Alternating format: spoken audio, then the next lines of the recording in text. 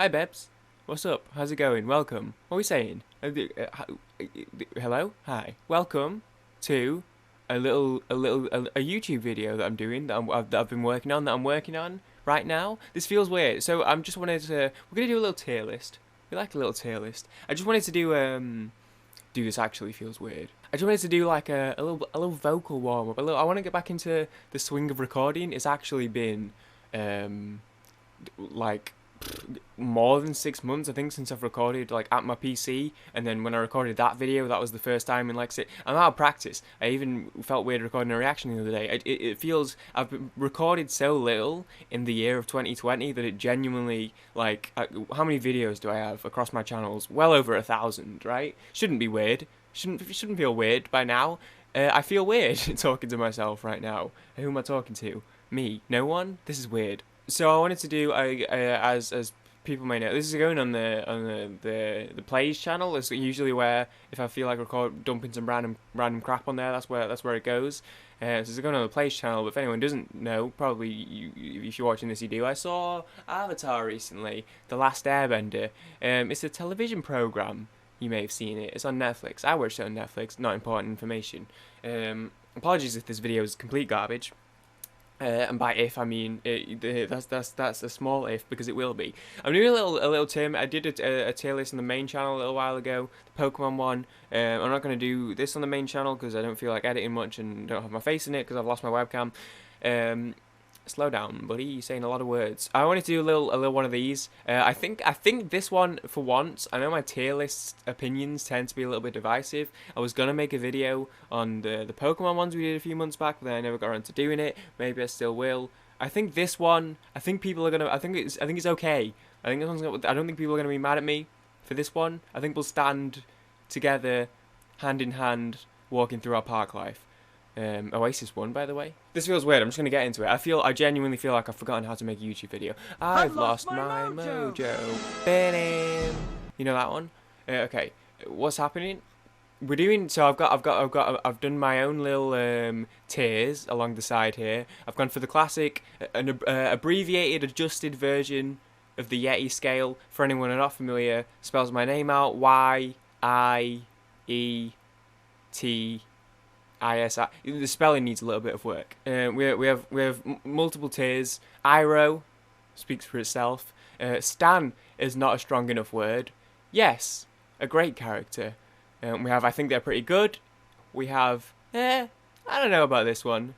And we have turn this character off right now. And then we also have I do not know who you are. This is the best one I came up with. I wasn't gonna make my own. I'm not, time doesn't grow on trees.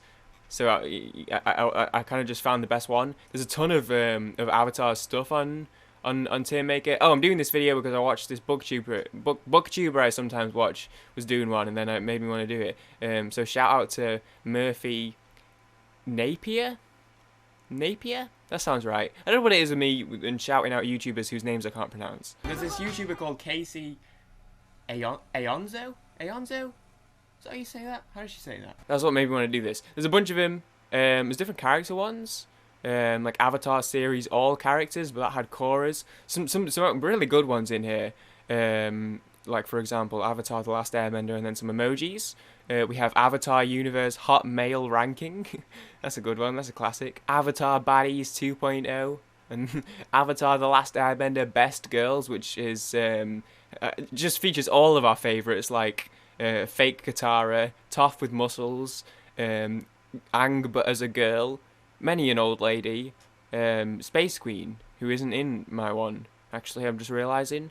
So, Rip Moon Elsa is in there. Also, I just wanted to show this off. It's, it's Avatar, all parts, and I went, ooh, what parts? Like all the episodes? Or is it like the books? No, it's just Avatar part 1 through 4. With the numbers. Okay, anyway, we're going to do a tier list. So we have Aang. He is the last airbender. The Avatar, actually. You may have heard of him. He, so I should say, going into this, I'm probably going to say this a lot. Don't take a shot. I was going to say drinking game. Don't take a, you don't, because I'm going to say it a lot. The character development in this show, the characters, I think pretty much every character is very well written, very intricately written. I feel like they all have very impressive character arcs. I don't feel like there are many, at least of the main characters. There's some extras characters thrown in here, hence the bottom tier. I think at least of the main characters, Team Avatar characters, and the recurring characters get a lot of screen time. I feel like they all have. There's no one character that doesn't have, or that is just surface. There's no one character that doesn't have things going on beyond the surface and development and things to read into, which is obviously something, both in TV and in books. I like to, and films and stuff. It's something I like to go into that. I like to do kind of look into their profiles and see how they develop and that sort of thing. And I think pretty much every character in this show is very well written. So there's gonna be a lot of times where I pull up a character and go, hey, this character had a really good character arc, and I feel like the word character is losing its meaning now. But I'm gonna say that a lot, so bear with me on that one. Aang, the main character, arguably, how do you say that? The main character, arguably. There's a lot of. I sound like a toddler. There's a lot of there's Team Avatar and stuff, and Sokka and Katara are there the whole way. It's Aang. The show's named after him. Avatar: The Last Airbender. Yeah, the show's named after him.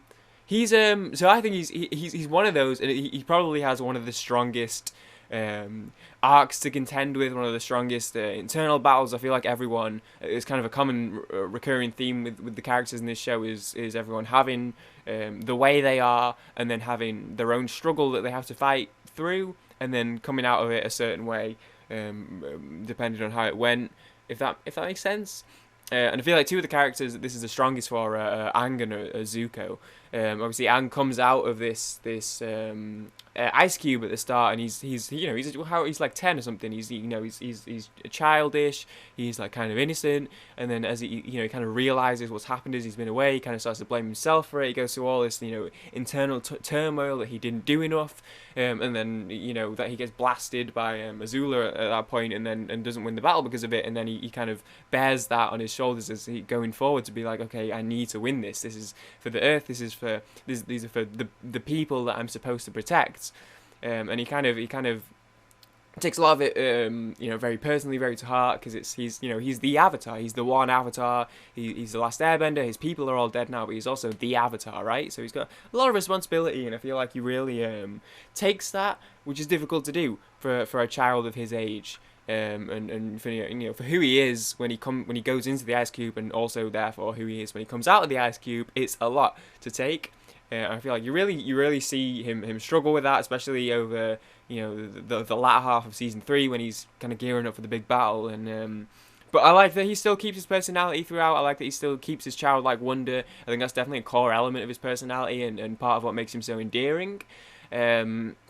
And I just think he's a great well written character, and I like that he kind of overcomes everything in the end, but still stays true to himself, and stays true to his the people that are important to him, to Team Avatar, and to just the people of the world. I think he's a great character, and I like the whole thing at the end where he tries his absolute damnedest to stick to his core principles of defeating Fire Lord Ozai without killing him. That's really cool, obviously for rating purposes, but I think that's awesome. Stan is not a strong enough word. Appa, look, you don't need to say it. In fact, arguably, Iroh, look, maybe I'm breaking the rules here by putting a character that isn't Iroh in the Iroh category. Appa is one of my favourite creatures to exist on this mortal plane. I don't know what it is about, they just nail him perfectly. He's absolutely adorable, but then like his apathy, his aloofness is just like, first of all, a massive mood, but then he's like, I don't know, he's really cool as well. Like any scene when Appa gets involved with the fight, especially when he gets really angry, and then later on when Sokka makes the armor for him, dude, you just can't. It's just so fucking cool, dude. It's just awesome. The fact that you have to say yip yip to make him fly, just a majestic creature. And Appa's last days was maybe the worst thing that ever happened to me. I exaggerate a lot, but that one, I mean, look, it took me some days. It took me some days to get back to a point of proper functioning after watching that episode. I think as well the timing. For anyone who doesn't know, you probably do. I feel like only people watching this is probably like NSL and Josh. But if anyone watching this stumbled across this and doesn't know, my family dog passed away like a month before I kind of was on my Avatar binge, and Appa's Lost Days. The whole time he just reminded me of my dog. And oh my freaking, dude, that episode, absolutely, you can't even, I love Appa. Okay, Azula's an interesting one. Actually, for a while, for pretty much the whole series, I was kind of not sure if I liked Azula or not. I liked her, but then sometimes she annoyed me, but then sometimes, I think she's really cool in her moments. She's she's a bad character, she's an asshole, right? But the whole time it's still kind of like I was in no way rooting for her, obviously, but I still was like appreciative of her coolness. And I think as a character, I think it's just interesting to have this character that has such like deep-seated hatred within them, not just like where they are, because usually you take a character like that, there's a reason for it, right? And usually you look at characters like that and you go into their backstories and you realise kind of why they became the way they are. Zuko was a good example, and we'll come to that later. But Azula, it's interesting because she just kind of was evil forever. It was never really, as a child, she was born like that. And then just seeing the way, and this is what I mean when I say about how they all have their arcs and they all have their issues to contend with, and they all come out of that a certain way. Most characters come out on top of those various struggles that they go through. Azula, on the other hand, provides a pretty interesting contrast because she doesn't actually come out on top. It kind of, her struggles and her battles are her undoing in the end. And it's really interesting to follow the whole bit when she went from being bad and then kind of became friends with Zuko again, and they were living in the Fire Nation together, and this whole time you could tell it kind of wasn't real. You could see what it was building up to in the Agni Kai scene where she strikes Katara. Spoilers probably goes without being said.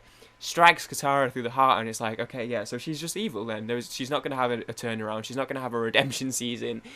She's just a bad person. And I think that's interesting. I think it's interesting for a children's show especially. The show has a lot of, like, it tries really hard to teach a lot of things about people, about the way the world works. I think it's interesting for the most part to have all these redemption arcs to show that there's good in everyone, but then to have this character that's like, okay, actually maybe people are just lost causes. I don't know, I thought that was an interesting suggestion. I think she is a great character. I wouldn't put her as in the Stan category because of what she did to Katara, but I think she's a very well written character. This fella, so I would like to formally apologise to this man right here, but I don't want to hurt anyone's feelings, but I do not know who you are, good sir. Random Strong, who are these guys? What are they called? The Neverland Gang? I forget what they're called. They have a name, right? Jets Gang, with the Duke and Smellerby and all that. To be honest, I don't know if this is a bad take. I never really enjoyed them too much. I felt like their one episode was good. Like it was a fine episode, and then when they came back, it was a little bit like, oh, they're fine, that they're around. I think I like that they were a part of the battle, the big battle, but they didn't really do much in it as far as I remember. And then the whole thing with Jet and Zuko, where Jet was saw that Zuko was a firebender, was trying to get him. They were obviously a very important part of that, to their disappointment in seeing Jet go off the deep end. You can probably hear the ice cream van. How very rude. I don't remember what I was saying. They're fine. I don't know about this one. Water Pappy, Katara and Sokka's dad. I like him. He kind of comes a little bit late. He's not in it a lot. I think he's in it enough. I think he's in it in the right places. But he's a bit. I don't know. I didn't really. I just never really connected to him, right? It was nice when they hadn't seen him for so long and they got to see him again. It was nice for sure. It was a nice moment. I think was it Sokka that reunites him first, and when he teaches Sokka and when he gets Sokka involved in the battle, I think he's a really cool character for one. And I do think he's a good character. Although I do, in the Prison Break one episode is really cool, but I do wonder how come he went to the main prison and no one else did? But then also, why did they save him? But then they never saved anyone else, right? Of the people that went to prison, did they? I don't think they ever. I swear they never saved all the rest of the guys that got. Anyway, listen, he's a good character. I feel like he's in it a ton, and he wasn't quite in it long enough for me to kind of directly emotionally connect to him. I feel like a lot of the kind of emotional aspects that came off of his character were more from a Sakura and Katara perspective. Like I was feeling the emotion because of what they were getting out of the scenes with him, rather than from him specifically. He's a cool character. I'm gonna go with think he's pretty good, but it's not. He doesn't really have, he doesn't have an arc or any development or anything like that. He kind of just, he is what it is. So we'll put him there. Uncle Iroh. Look, it kind of, I feel like I'm gonna say it doesn't need to be said, obviously, because the freaking tier is called Iroh. Just one of my favorite. This is one of those ones where I feel like it's when I do the Queen reactions, in particular, or when I do some of the really popular bands, where it's like, I do a reaction and I'm like, what's the point in even talking sometimes, because I feel like I'm just reiterating what's already been said a million times by a million different people about Queen, about Freddie Mercury. This is a similar situation. I feel like Iroh's the Freddie Mercury of the animated Nickelodeon world, because it's like what can I say that hasn't already been said? But at the same time, that in itself is a testament of what an incredible character he is. He's just the most like sweethearted. He's unbelievably intelligent, weathered character, and just that sort of that pureness inside of him with Zuko the whole time, where he's like, no matter what Zuko was going through, whether he was like trying, as dark as Zuko's path got at times, and as relentless as he was with it, the fact that Iroh was endlessly just saw this good within Zuko, and never gave up on him. And then there was that one bit, and I don't know the direct quote, when people probably know what I'm talking about, where he's talking to Zuko, and Zuko was like, "Oh, I thought you were mad at me," and then Iroh was like, I wasn't mad, I was just sad because I thought you'd lost your way," or something like that. And I feel like that line just epitomizes Iroh's character, to where he was, he's looking angry in here. I don't think that's the best picture. But just the fact that Iroh knows his position in life, his path in life, to the point where he almost knows the path of the people important to him in life, which at this point is basically Zuko and Zuko only. Obviously, he lost his own son, and I feel like Zuko kind of fills that void a little bit. Obviously, not replace him or anything like that, but just the fact that through everything, he just saw the good in Zuko, and obviously Zuko eventually had his redemption arc and became good, and so much of that I think is attested to Iroh, and it's almost a shame, it's obviously it's really heartbreaking that Iroh's voice actor passed away before season 3, and that's a big part of why he was much less involved as a character in season 3, or when he was involved, he wasn't talking. In the prison scenes, he wasn't talking. But so in that sense, I think it's kind of sad that through everything Iroh and Zuko went through together, that they couldn't go through the big turn, the big payoff together.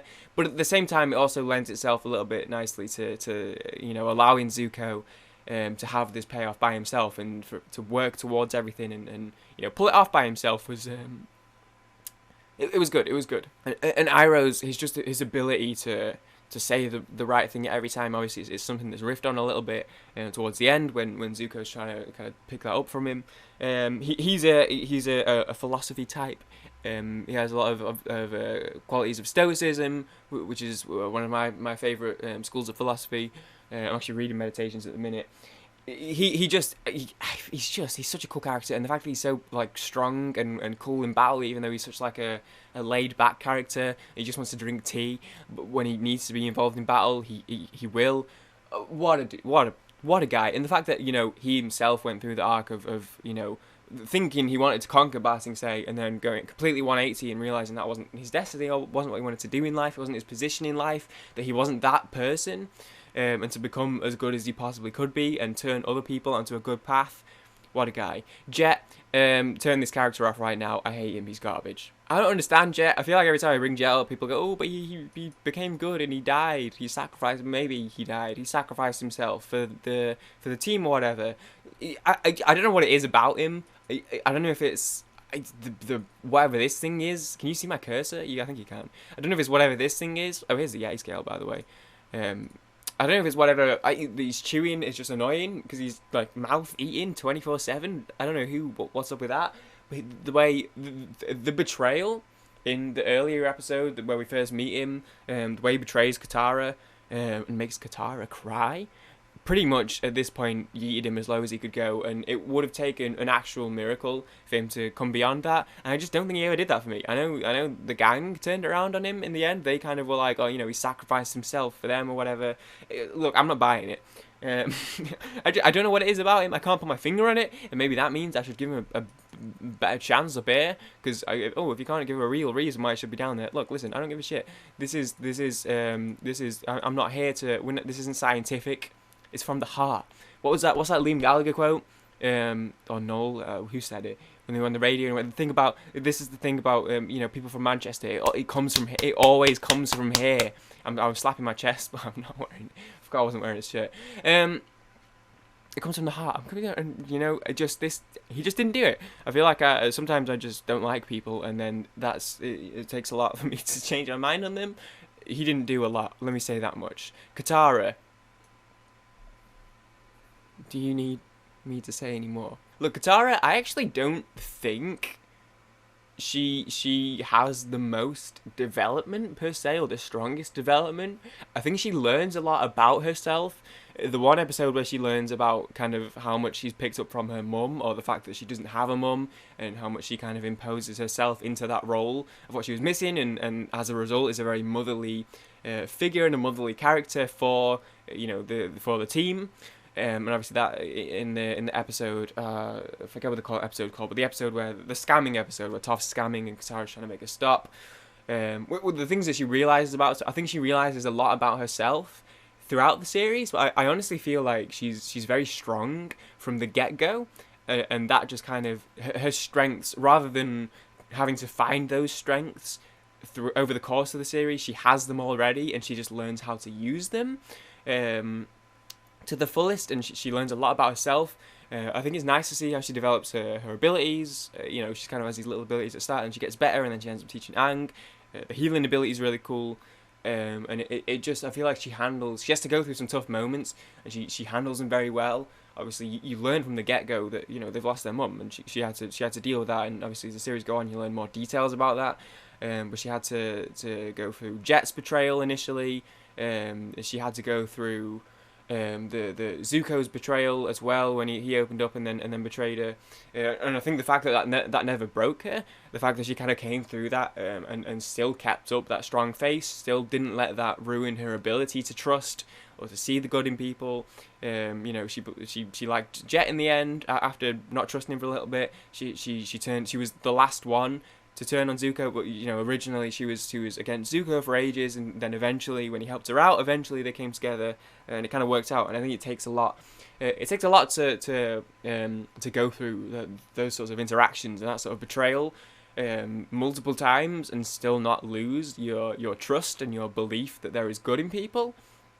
I think she does a great job in that, and I think that was something that was always with her, and that just she was able to maximise throughout those moments, and later on as the series progressed. And she's just a really cool character, again, similar to Iroh actually, the fact that she's so pure-hearted and just wants to help everyone all the time, but then when the moment comes in battle, she's just an absolute fierce demon, is just awesome, and I think she's a great character. Boomy, he's not in it a ton, but I do really like. I'm gonna put a great character because he's not, like I said, he's not in it a ton. The trials is just wacky and wild and very Avatar, and I thought it was really cool. The neutral Jing thing that he teaches to Aang, I think was very important, and a very important lesson for Aang. And I think as well the fact that it was so early on, like halfway through season 2 was it, when he could have escaped, and then he got himself recaptured. And then waited, and basically the whole time through season 3, I was waiting for him to come back, because they set that up, right? And then when he finally came back, and then you saw a story of how he basically recaptured Ba Sing Se himself from within when there was a moment of weakness. Just cool, a cool character, really crazy, and I think it was cool as well to have that's a character from Aang's childhood, pre-freezing, come back, 100 years later as an old man. I think it was just cool to have that sort of link to Aang's past, to keep that connection to his past, and to keep him sort of, not get disconnected. It's kind of like Fry in Futurama when he has these moments of like disconnect from the world he's living in because everything from his life is gone and now he's living in this completely futuristic world. I think it was nice for Aang to have a little character of something from his past life. It's still his current life, but you know what I mean. His pre Ice Cube life, to kind of ground him a little bit and keep him good. These two, I think they're pretty good. I don't really know why they're on this tier list. They're not really in it. I think these are the two ladies from the island retreat place that the fire gang go to. I don't know, they're fine. This fella, I once again would like to just formally apologise to this man right here. I do not know who you are.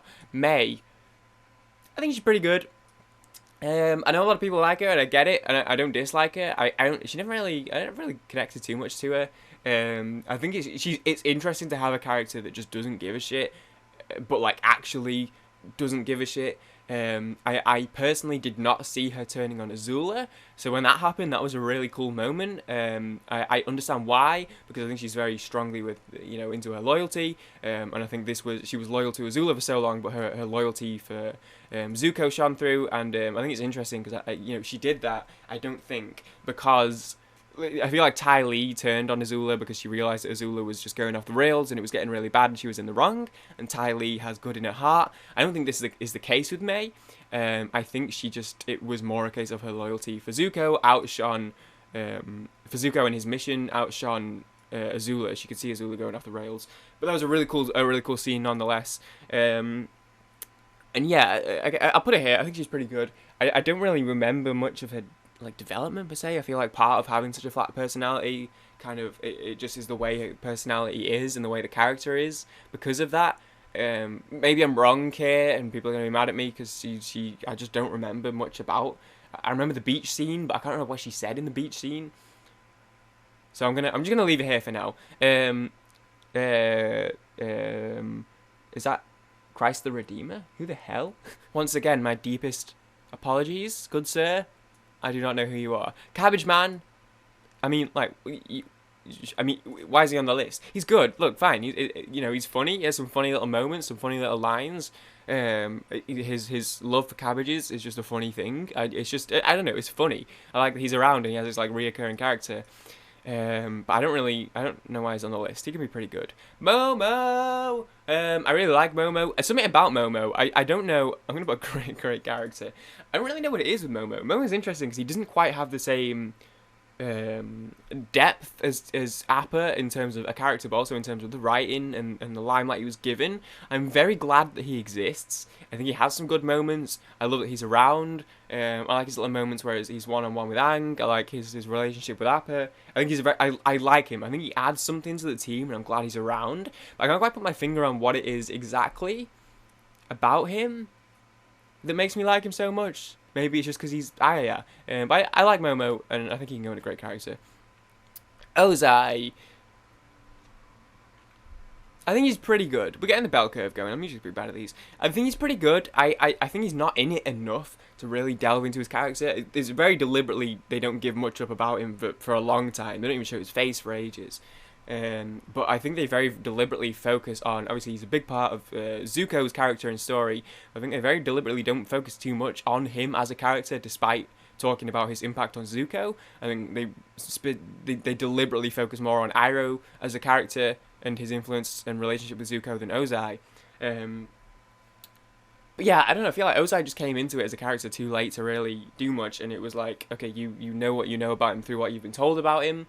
So at that point, you already have your idea of what he's like, and then at that point, I mean, he's similar to Azula. He's just evil. There's no redemption or anything. How does he die?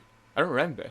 Does he die? What happens to him? I remember the general. I don't even remember how it ends. Okay, I'm gonna put him. I don't know about this one actually, because I feel like I only finished the show like a week and a half ago. Yeah, like a week and a half ago. And how have I already, like, the whole thing is to defeat Ozai, and I don't even remember how they defeated him. What happened to him? I remember the general. No, he does fight him, doesn't he? Is that who he fights on the rocks, or does he fight the general on the rocks? I don't know, dude. He can go there. Sokka, head cut off. Stan is not a strong enough word. Just it's similar to Katara. Oh, similar to Aang actually. The fact that he's this like goofy, a bit off the rails sort of guy, and the fact that over the course of the series, he's very egotistical, but over the course of the show, he kind of refines that and becomes a much more. He becomes a stronger person, stronger willed. He develops emotionally quite a lot, but he still keeps that goofiness about him and that fun-loving nature about him through it all, which I think is key to his character. And it's good that he doesn't lose that. Obviously, he doesn't go through the dark moments quite like Katara does, I feel. But I think he's a really good character. He has great.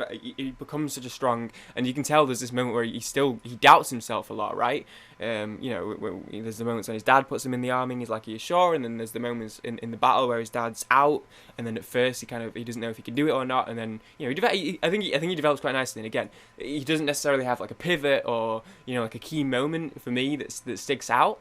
I just feel like he progresses very nicely. I think he grows. I think the moment with Suki, where he first meets Suki and Suki kind of like humbles him, I think was a big moment in his development. And then the fact that they ended up together and Suki comes back into it later on was very key to him as a character, I think, because she was, he lived in a little village for ages, and she was like one of the first people to kind of kick him down a notch. And then the fact that person who was such a, it was such a pivotal moment for him, and the fact that they ended up having such a good relationship, which they do, by the way, is really cool. He's a great character, and it's very impressive. And I'll talk about this with Ty Lee a little bit as well. It's very impressive that throughout all the battles, he's not a bender. He doesn't have any natural like extra ability. He just is a warrior with his boomerang and his freaking whatever the hell blade thing it is. And yet he still, contributes so well. And he has his moments actually where that's an issue, because he has his moments where he doubts himself because of the fact that he isn't a bender like the rest of the gang. But he kind of comes through that, and he kind of realizes that he has his own strengths and focuses on his own strengths. And I think that's a good lesson. Everyone has their own strengths, and you should focus on those and don't worry about what other people are doing. Don't compare yourself to other people. Focus on your own strengths. Ayn Rand said, "A creative man worries not about what other people are doing, but about their own achievements," or something like that. And I think that's I think that's a good lesson that he learns, that people, especially for kids and stuff watching the show, that you should focus on your own abilities and stuff. And he really does shine through when he starts to realize what he can do. And obviously he becomes a sword. He trains with the sword guy and gets the meteor sword. And I think that was a big moment for him, and that's really cool. Okay, and we come to the cream of the crop, Suki, best girl. Suki is undisputably the best character in the show. I will not be accepting any further questions. She is number one. In fact, actually, let me just do something real. I can't reach my keyboard. I was going to change it to Suki. Suki is I just think a great character. I think she can do no wrong. She actually, I think the prison break episode is really, well, a couple of episodes. What's it called? Like Fiery Rock, Escape from Fiery Rock.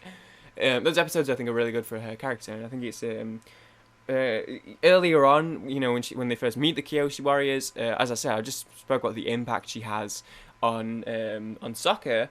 I think she's a very important impact, and therefore a very important impact on the story at large.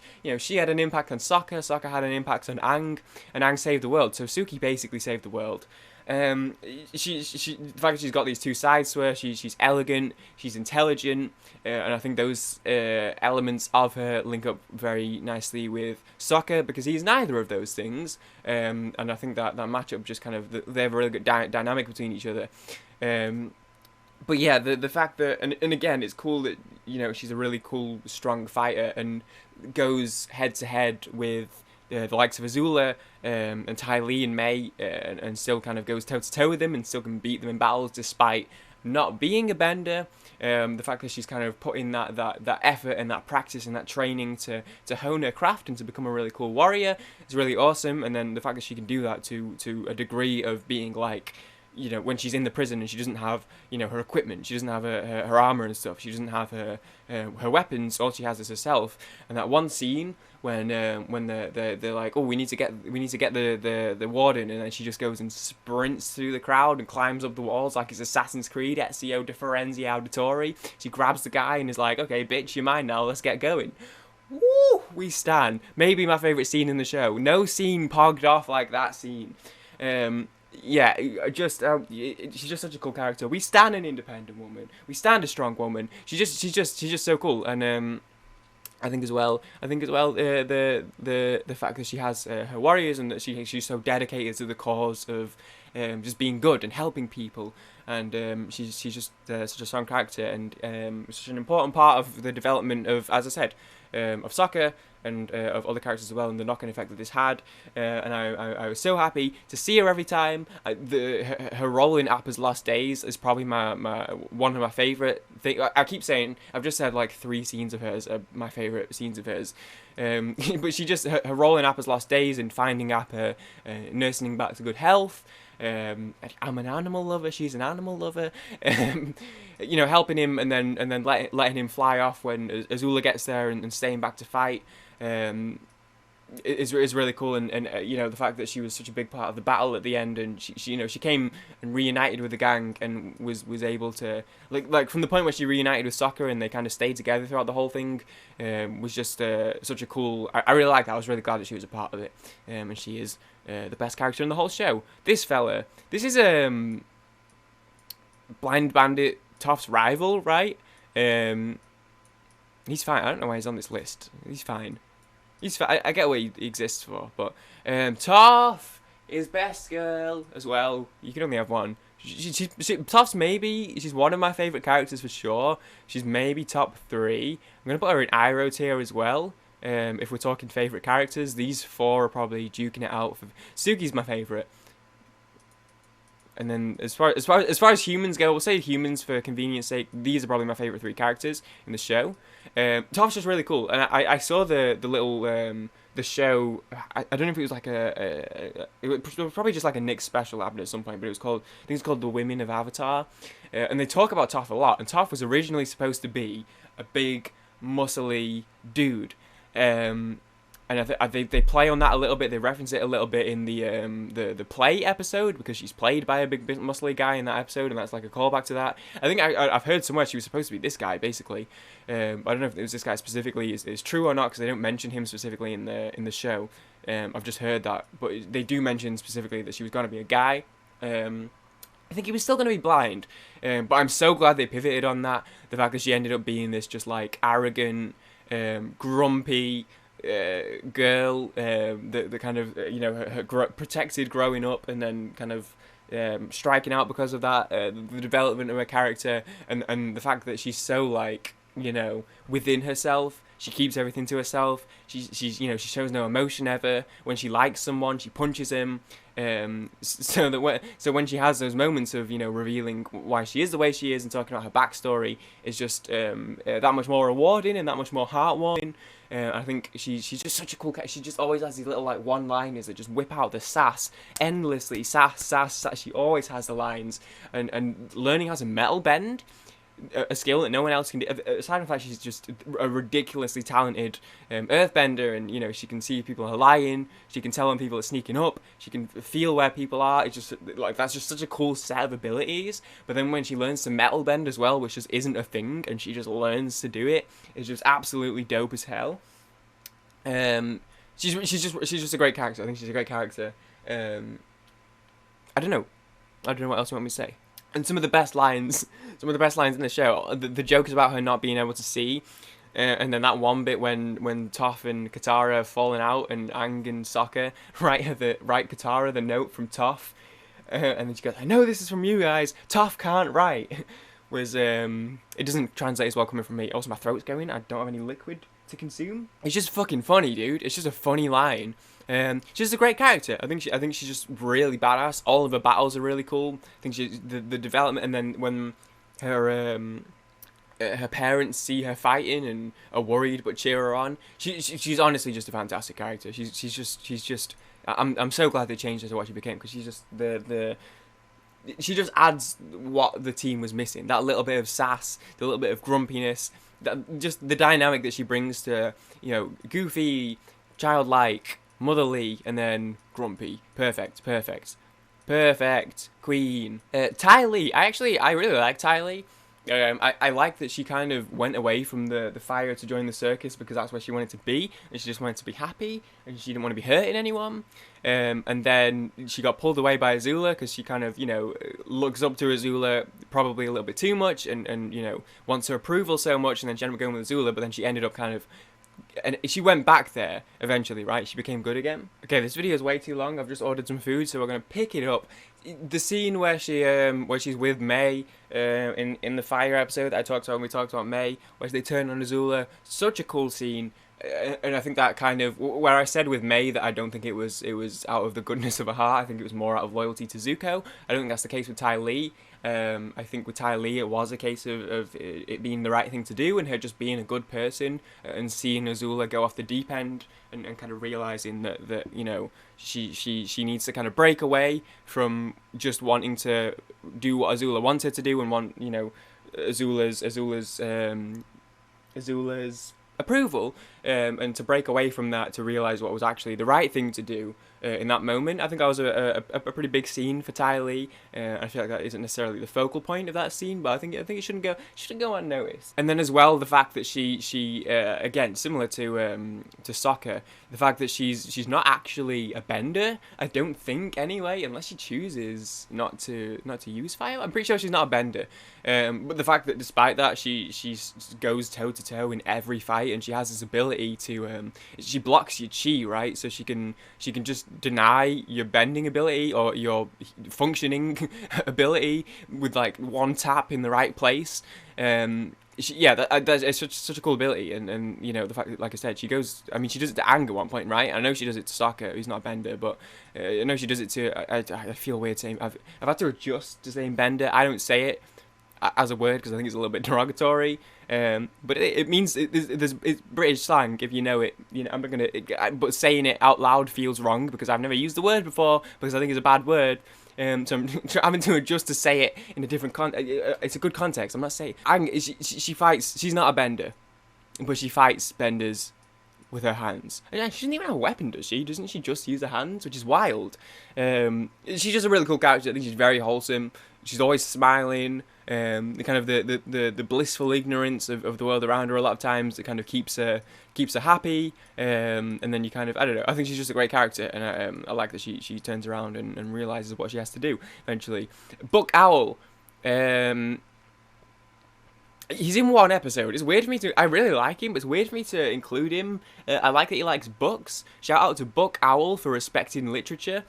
I think it's a little bit weird that he's in here as a one episode guy, but I think he is a cool character and he does add to that episode quite well. But then why is he in here? But the guy that takes him to the library isn't, if that makes sense. But he's I like that he's committed to his cause of not allowing his collection to be used for badness anymore. It would have been nice if he could have seen the intention of the Avatar, to see that it was for the greater good, but but also like I get it, and I like that he's like that. I think he's just a cool character. He's pretty badass. He's absolutely fucking terrifying in my opinion.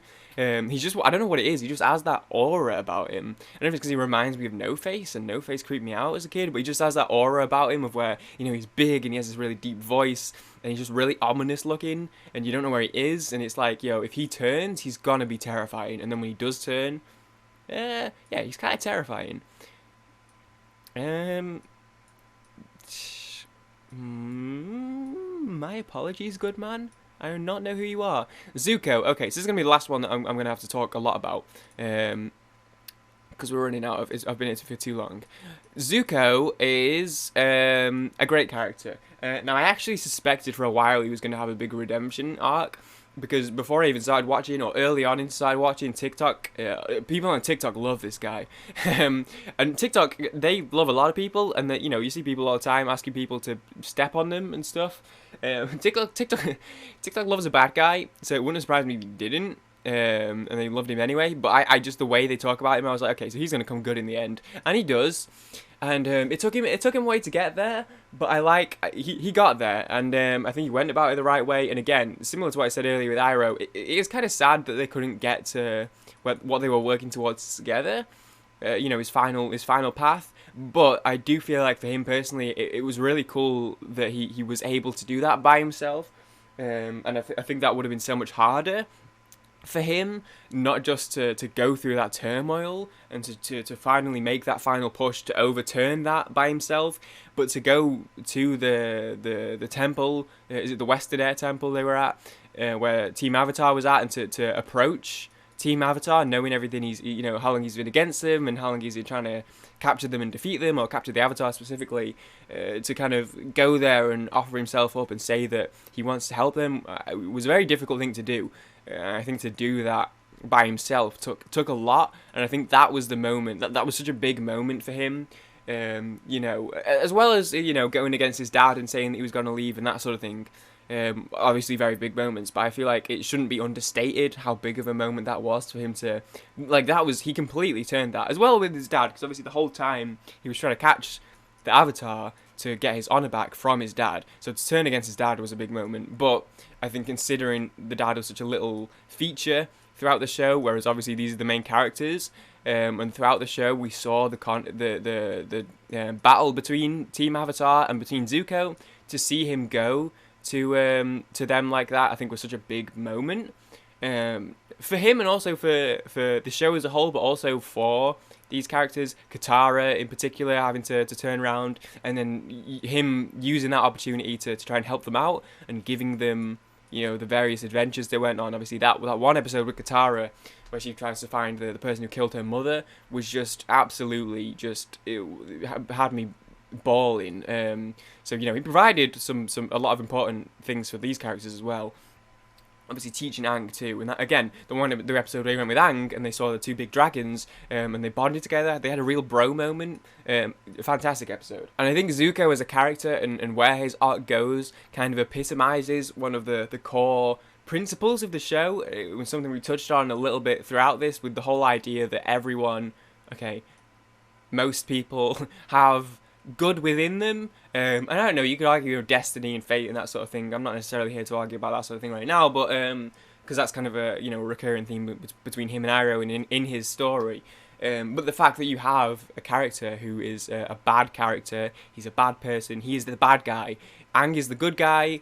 These are the good guys. He is against Aang. He is the bad guy. And then eventually they introduce Azula, which gives him the opportunity to stem away from that, because then you shift your attention to Azula and to Ozai being the bad guys, and then Zuko kind of becomes somewhere in the middle, and that frees him up a little bit, like a holding midfielder freeing up an attacking mid. It frees him up to kind of develop his character and to follow his path a little bit, but he's presented as the bad guy, and to show a bad guy and to show the journey he goes to actually not just repent, but to completely 180, to become a completely good person, to go against what are the negative influences in his life, and to use what he has to be a good person and to do good, and to make good in the world. I think he's a really cool guy. He just is a cool person. We have similar hair when it's like this. I mean, mine can't go up the same way. It probably could if I left it. He's a really cool battler, the fire, the redirecting the lightning that he learns how to do, and as well, I think just the impacts that he has on Team Avatar in the end was so important. His moment with Katara, where she gets zapped by Azula during the Agni Kai, it's probably one of my favourite moments in the show, and then when they defeat Azula together and just leave her trapped in ice. I like Azula, but that scene was really fucking cool. Zuko's just great. I feel like I could talk, and I genuinely feel like this about half of the characters, where I've cut myself off a little bit because this video is too long anyway, but I genuinely feel like I could talk about Zuko as well as some of the other characters for 20 minutes each.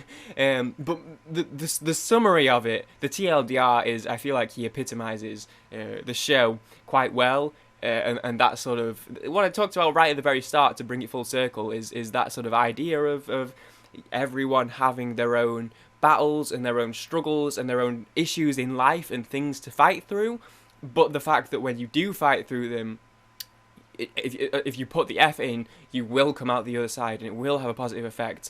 Even if you're a bad person, there is good in everyone. It's just about finding that good, and it's just about getting through everything. And obviously we see what happens when you don't come through the bad, and when you let the bad consume you.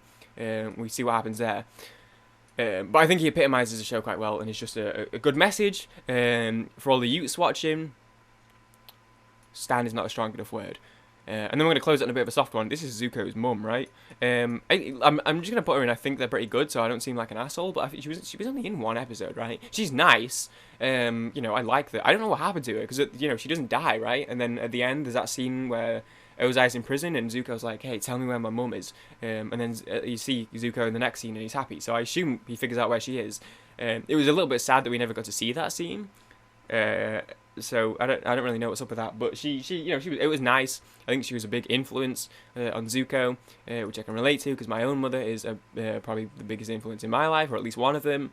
I think her caring nature was, as well as what Iroh did, her caring nature was also a big contributor to him having that side within him of always having that conflict against the bad, of not always being just bad. Obviously, as I said, Iroh was a big part of that, as you see throughout the show. But I think his mum's influence, I wish I knew her name, his mum's influence when he was just a little ween here, was important in planting that seed of goodness within him, and I think that was a big part of allowing there to even be that conflict with the bad, to not just be a bad person and to not just let his dad dictate what he's like as a person, and to sort of allow him to find that goodness within him. So I think she was very important. She's a very important character for Zuko, who obviously was one of the most important characters in the whole show. She was a nice person. I like that she stood up for Zuko. But yeah, she just wasn't really in it a ton. Obviously, she's she's dead, so she couldn't have been, but I'll just put her in the middle ground. And with that, the undisputable tier list. Let me know what people think. Do your own. I'll leave a link to this one in the description if any of the boys want to do it. I say the boys, I mean that inclusively, the mandem. You all can do it. I love you all. My throat's going. I feel like I'm talking really flat because my throat is I'm gonna die. I'll leave a link in the description. So if any of the gang wants to hit this up, you can. I feel like I did pretty well with this one. I know what I'm like. I know sometimes I have some opinions that people don't necessarily agree with. Attack of the Clones is my favorite Star Wars film, and people never like it. I feel like this one's okay. I know Jet is the outlier here. I think people like Jet, but I don't really. It's whatever. Other than that, I don't think there's anyone that's jumping out as being egregious, particularly. So yeah, we're going to leave it there. Thank you for watching. I guess this is it. Oh, I should practice an outro. If you liked the video, smash the like button, because it just means the world to see that number be bigger.